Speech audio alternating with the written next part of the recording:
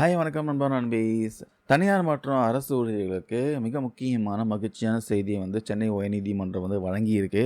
பல நிறுவனங்களில் உங்களுக்காக தான் நாங்கள் பென்ஷன் தரமே, அப்புறம் எதுக்கு கிராஜுவிட்டி அப்படின்னு கேட்டு பணிக்கொடையை மறுக்கிற சம்பவங்கள் நடக்குது. ஆனால் இனிமேல் அந்த பேச்சுக்கே இடமில்லை. ஒரு ஊழியர் ஓய்வூதியம் வாங்கினாலும் அவருக்கு சேர வேண்டிய பணிக்கொடை கிராஜுவிட்டி எக்காரணத்தை கொண்டும் நிறுத்த முடியாது அப்படின்னு சென்னை உயர்நீதிமன்றம் அதிரடியாக ஒரு கேஸில் தீர்ப்பு வழங்கியிருக்காங்க. இதை பற்றி தான் நம்ம இந்த வீடியோவில் முழுசாக பார்க்க போகிறோம். ரீசெண்டாக நம்ம சென்னை உயர்நீதிமன்றமும் சத்தீஸ்கர் உயர்நீதிமன்றமும் வழங்கின தீர்ப்புகளில் ஒரு முக்கியமான விஷயத்தை பார்த்தீங்கன்னா தெளிவாக சொல்லியிருக்காங்க. அதாவது பணிக்கொடை அப்படிங்கிறது பார்த்தீங்கன்னா ஊழியர்களுடைய சட்டப்பூர்வமான உரிமை, ஸ்டாட்யூட்டரி ரைட்ஸ்ன்னு சொல்லுவாங்க. இது முதலாளி போடுற பிச்சை கிடையாது. இது ஊழியர் கஷ்டப்பட்டு சம்பாதிச்ச சொத்து, ஏர்ன்டு ப்ராப்பர்ட்டி மாதிரி சொல்லலாம். இதை யாராலையும் பறிக்க முடியாது. சில நிறுவனங்கள் அவங்களோட உள் விதிமுறைகள், இன்டர்னல் ரூல்ஸ் காரணம் காட்டி நாங்கள் பென்ஷன் தரத்தினால கிராஜுவிட்டி தரமாட்டோம் அப்படின்னு சொல்கிறாங்க.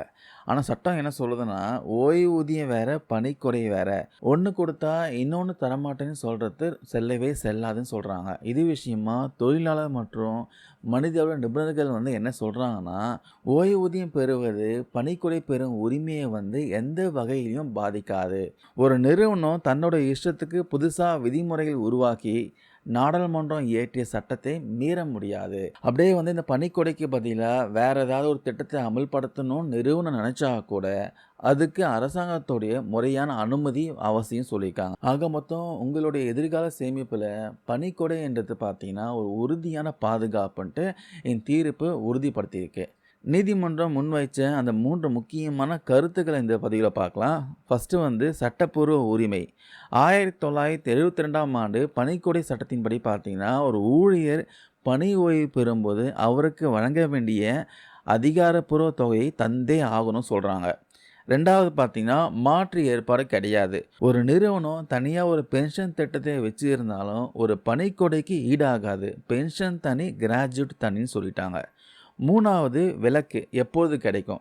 பணிக்கொடை சட்டம் 1972 பிரிவு 5 படி பார்த்தீங்கன்னா சம்மந்தப்பட்ட அரசாங்கத்துக்கிட்ட இருந்த ஒரு நிறுவனம் விலக்கு எக்ஸம்ஷன் வாங்கியிருந்தால் மட்டும்தான் பணிக்கொடையை நிறுத்த முடியும்.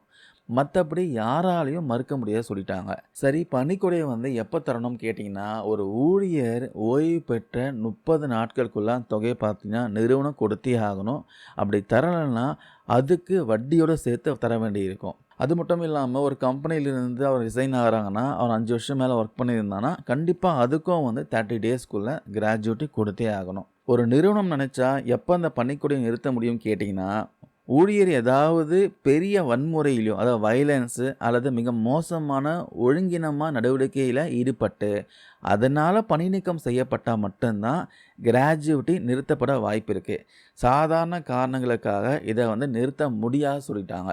இப்போ நம்ம பொதுவாக தெரிஞ்சிக்க வேண்டிய விஷயம் பார்த்தீங்கன்னா யாருக்கெல்லாம் இது கிடைக்கும், கிராஜுவிட்டி கிடைக்கும் கேட்டிங்கன்னா ஒரே நிறுவனத்தில் தொடர்ந்து 5 வருஷம் பணிபுரிந்த ஊழியர்கள் அனைவரும் பணிக்கொடை வாங்கும் தகுதி உண்டுன்னு சொல்லியிருக்காங்க.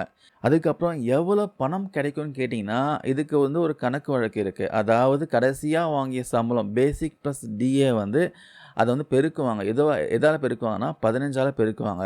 அதுக்கப்புறம் எத்தனை வருஷம் அவங்க வேலை பார்த்தாங்க அதுவாக கூட பெருக்கணும். கிடைக்கக்கூடிய அமௌண்ட்டு 26ஆல் வகுத்தா வர அமௌண்ட்டு தான் பார்த்தீங்கன்னா கிராஜுவிட்டியாக கிடைக்கும். ஒருவேளை உங்கள் நிறுவனம் பார்த்தீங்கன்னா தீர்ப்பையும் மீறி பணிக்கொடை தர மறுத்தாங்கன்னா நீங்கள் உங்கள் மாவட்டத்தில் இருக்கிற தொழிலாளர் நலத்துறை உதவி ஆணையர், அசிஸ்டன்ட் லேபர் கமிஷனர் அலுவலகத்தில் எழுத்துப்பூர்வமாக புகார் கொடுக்கலாம். ஸோ ஓய்வூதியம் வாங்குறவங்களா இருந்தாலும் சரி, இனிமே வாங்க போகிறவங்களா இருந்தாலும் சரி, கிராஜுவிட்டி பார்த்தீங்கன்னா உங்களுடைய உரிமை, அதை விட்டுறாதீங்க. இந்த பதிவில் நான் கொடுத்த தகவல் யூஸ்ஃபுல்லாக இருக்கும்னு நினைக்கிறேன். தேங்க்யூ நண்பா நண்பீஸ்.